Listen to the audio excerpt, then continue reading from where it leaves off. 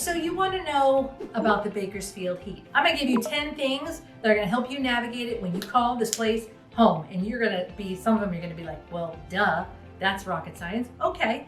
Some of them are going to save you so much time, effort, and sweat.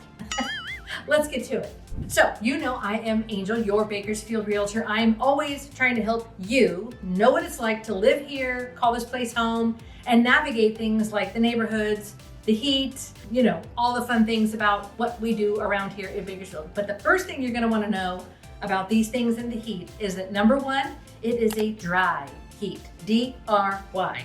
We don't have a lick of humidity. We might have 10% humidity on a random day with a summer storm, but that is rare. If it says it's 102, you can better believe it's 102 and dry.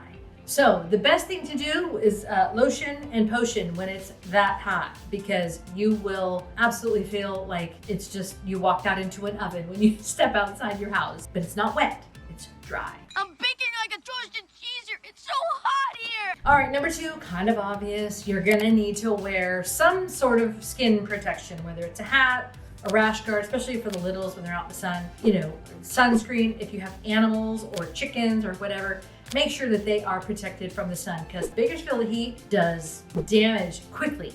I've seen it on houses, I've seen it on people. So just make sure everybody's got protection on, because it will take, you know, a little bit longer than if you were to like go to the beach for the day. But when you're out in the sun, it doesn't take long to get some freckles or to get a little bit of sun on your face, or, you know, a small animal to have, you know, burnt paws or something. So just stay protected. Number three, you're gonna wanna do things early. So if you're a walker or a jogger or, you know, a worker outer, whatever, you probably are gonna wanna do that earlier in the day versus when it gets to be 105. Obviously, do that early. That's kind of rocket science.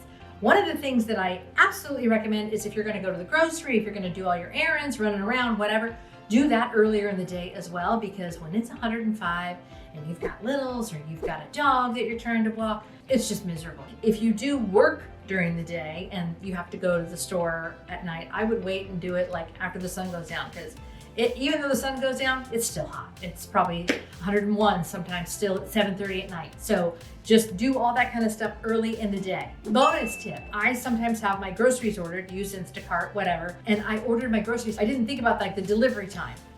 Duh, I've lived here how long? I had milk, I had, you know, dairy products. By the time he got from wherever at Costco and whoever else ordered, he loaded up in his hot car and then came to my front porch, and my milk was nasty. Ow! And I ordered it for like an early day delivery. I didn't even think, well, I won't be doing that again. So that's a bonus tip. If you're gonna order your groceries, if you do Instacart or Walmart or whatever, have those delivered like first thing in the morning when it's nice and cool. And when I say nice and cool, it's probably in the 90s. So you still need to be mindful of it, but don't do a midday delivery or else your milk will be yogurt by the time you get home. Number four, we're gonna talk about the difference between being in the 90s, 91, 92, 93, and being in the hundreds, 103, 104, 105. So 91 through 97, you don't really feel like impacted by the increase of heat. I don't know why, you just don't. The more you live here, the more you walk outside, you go, oh yeah, it's early, mid-90s. But when we get into the triple digits, 103, 107, 109, every degree from 103 to 104 and 104 to 105 is like exponentially hotter. For the rest of the summer, we can live inside the refrigerator. When you see the temperature one day is 103 and then the next day it's 105, you know that it's not just like 2 degrees higher like it was back from 93 to 95.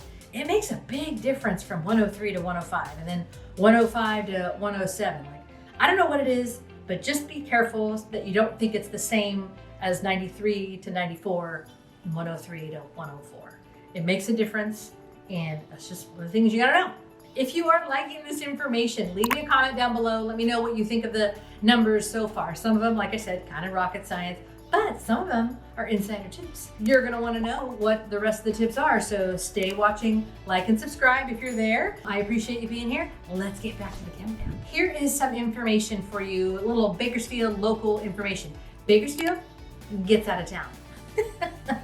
Yes, so Bakersfield likes to go to Carpinteria, to Morro Bay, to Pismo Beach, to, Oceano, Avila, all of the west-facing beaches right there, 2 hours west from Bakersfield. A large portion of the town will get out of Dodge. On the weekends, as soon as school gets out, of course, people will rent Airbnb over there, that somebody's got a house that they can borrow. They'll take their RV and camp over at Pismo Coast Village for a week. It's just what Bakersfield does. And it's not just Bakersfield, actually. It's Bakersfield, Visalia, Tulare, Hanford.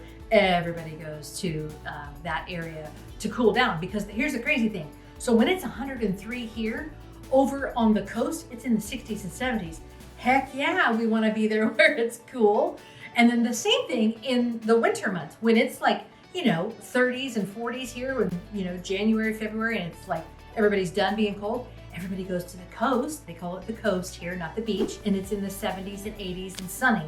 Whereas in those, we've talked about it before. We've talked about the Thule fog and how it's just gray and weird. That's our winter. When it's like that here, everybody goes to the coast to get warm. And then in the summertime, when it's 103, people are done being hot. They go over to the coast where it's in the 60s and 70s. It's just how it works when you live here. So when people in Bakersfield say they're going to the coast, that's where they're going. So they don't really go to Paso like they do some of the others. Cambria, there's a ton over there. So, and that's where they'll take a family vacation to get a break from the heat. That is local insider information for you. We also talked about this a little earlier, walking your animals. So if you're gonna walk your dog in the morning and the night, that's what we have to do at our house. Walk them early in the morning or after the sun goes down. Because like I said, sometimes even though the sun is down and say it was 103 during the day, the ground is still stupid hot. So they'll burn their paws in a hot second. Gotta be really careful. If you have chickens, they will die if you are not watering the chickens. And if you don't have a lifestyle that has you walking your dog and your dog is pretty much just a backyard dog, check their water, because it gets hot, the dog gets hot, their dog house gets hot. I've seen many houses where I've walked in and the poor dog is in the backyard like, somebody help me, it's hot and my water's hot and everything. So you just see the dog is just melting in the heat. Be mindful of your animals. Same thing with your kids. If you're gonna walk your kid, go get their wiggles out, do it early, do it in the afternoon, or swim, whatever. That's the next number. Buy a house with a pool. I'm just kidding. If you haven't bought a house with a pool or bought a house in a community that has a pool, find a friend with a pool. Or for those of us that don't have pools, you're gonna wanna probably just tuck in on the days when it's triple digits. So you do all your running around, you do your whatevers in the early part of the day, and then you just tuck in. You don't want to be out in the heat, it's hot. So air conditioning's on, the house is cool, everything's just chill. That's what you do if you find somebody or you have a house with a pool.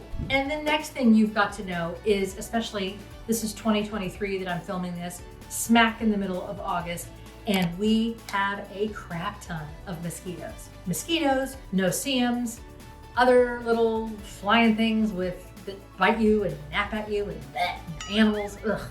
But here's what I learned. Mosquitoes and no-see-ums and all the other things, they don't like eucalyptus. So find yourself some eucalyptus. I know I did. There's this oil. I am not an Arbonne consultant. I bought this bottle, several of these bottles actually, from my friend that is. So if you are an Arbonne consultant, you're gonna wanna get some of this, or if you know somebody that is one, get yourself some of this. It is called Rescue and Renew, and it smells like a spa. Smells like eucalyptus.